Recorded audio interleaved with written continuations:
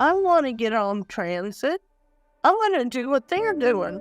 We're gonna just gather up a bunch of people and stop the buses and demand that they get lip solid.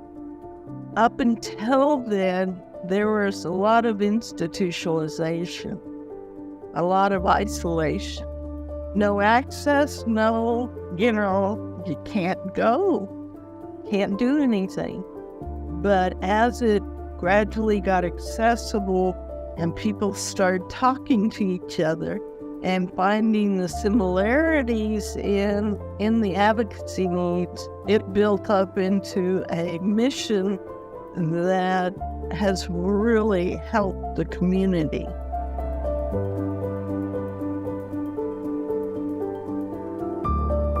Welcome back to our series, Raise Your Voice, Succeeding Through Self-Advocacy. My name is Katie, and I'm a certified therapeutic recreation specialist, and I'll be your host for this segment, where we'll be exploring the challenges and obstacles faced by those with paralysis when it comes to transportation and offering practical solutions and tips for overcoming them.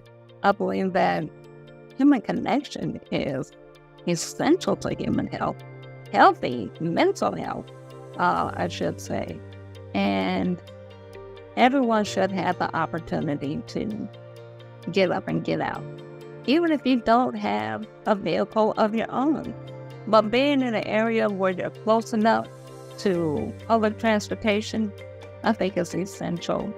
And I think our transit authority needs to make sure that there is at least some type of access to a bus stop.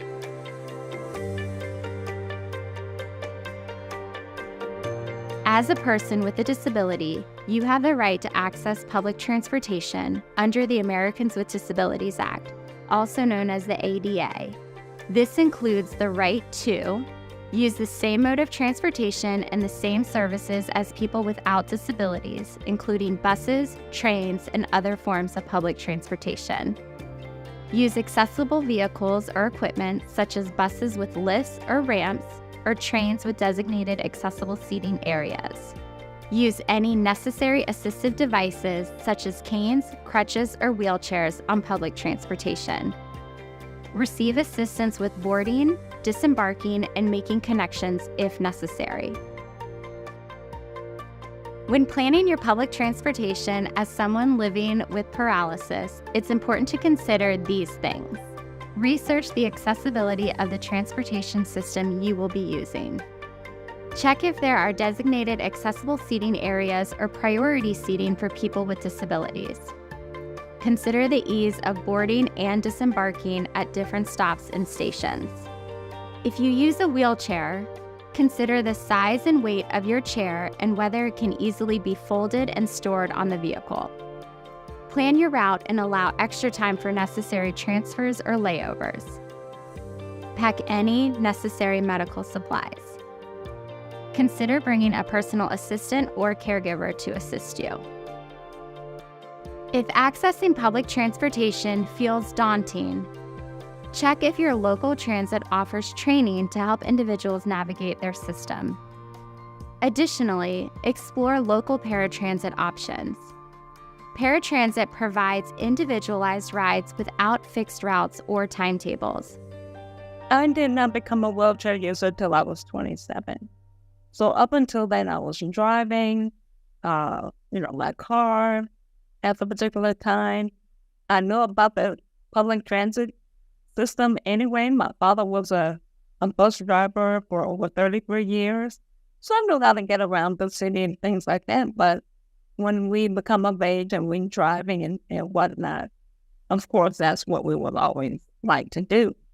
And losing access to a car was so hard for me. But I was determined to be able to not only get back behind the wheel, because for me, that was a sense of independence. I didn't have to depend on public transportation.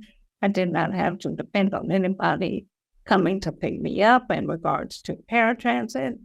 My schedule would be my own. And that, to me, was independence.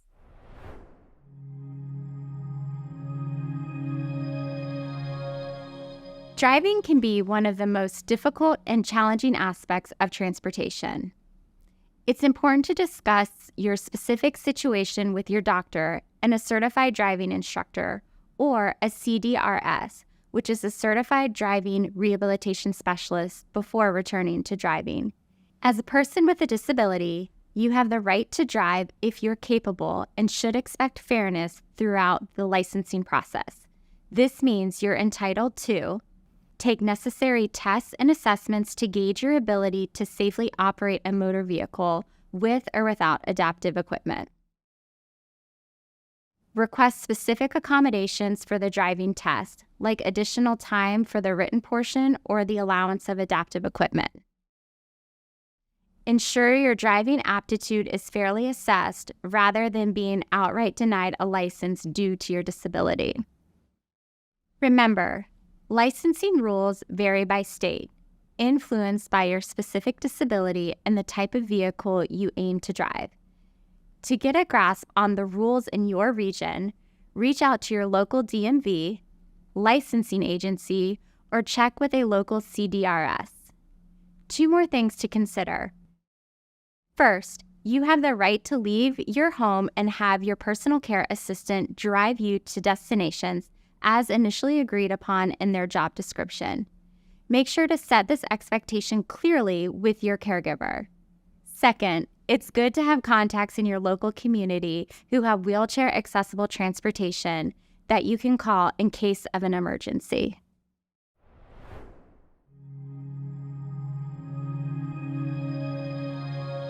One thing that I saw that we fought hard about was a particular corner in Austin that had steps. And we said, well, that's going to change. And you'd think it would be easy. No. They call it the $2 million ramp. And I said, come on, that's not $2 million. Well, unbeknownst to me, they had to redesign all the plumbing, the water, the utilities, and it took an act of financial genius to get those ramps made, but to make them inclusive and, pretty. As a person with a disability, navigating your community can present a number of obstacles, but you have the right to use sidewalks and pedestrian facilities. This means you have the right to use sidewalks, crosswalks, and pedestrian facilities that are accessible and free from barriers. You also have the right to request accommodations such as a curb ramp or audible pedestrian signals to make pedestrian facilities more accessible for you. Additionally, you have the right to use assistive devices such as a wheelchair or a cane to help you navigate pedestrian facilities. It is important to remember that you have the right to receive equal treatment and access pedestrian facilities, regardless of your disability.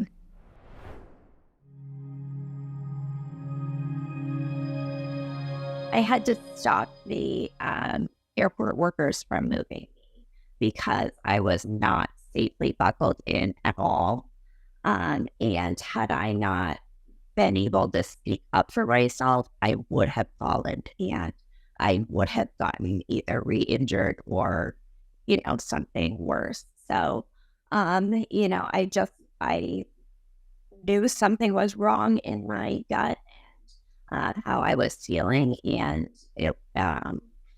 I had to step up right then and there. Otherwise, it could have been, disastrous for me. As a person living with paralysis, you have the right to reasonable accommodations from airlines to ensure that you can travel safely and comfortably.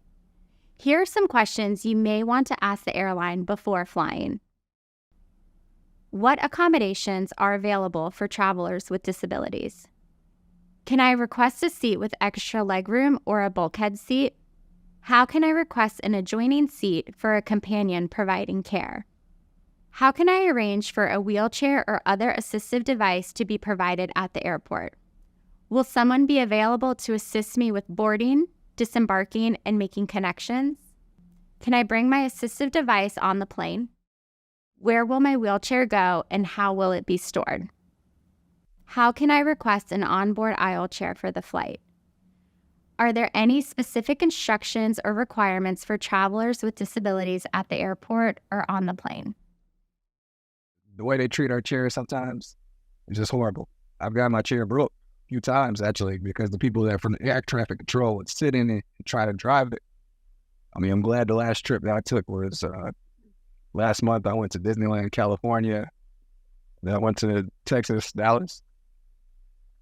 But I had to wrap my wheelchair, my joystick in saran wrap and say, don't touch it. It's my legs. Put a sign there so they know not to drive it. And they know that I feel like when they put the chairs in the bottom of the plane, they need to put them sitting upright instead of putting them sideways, because that breaks the chair.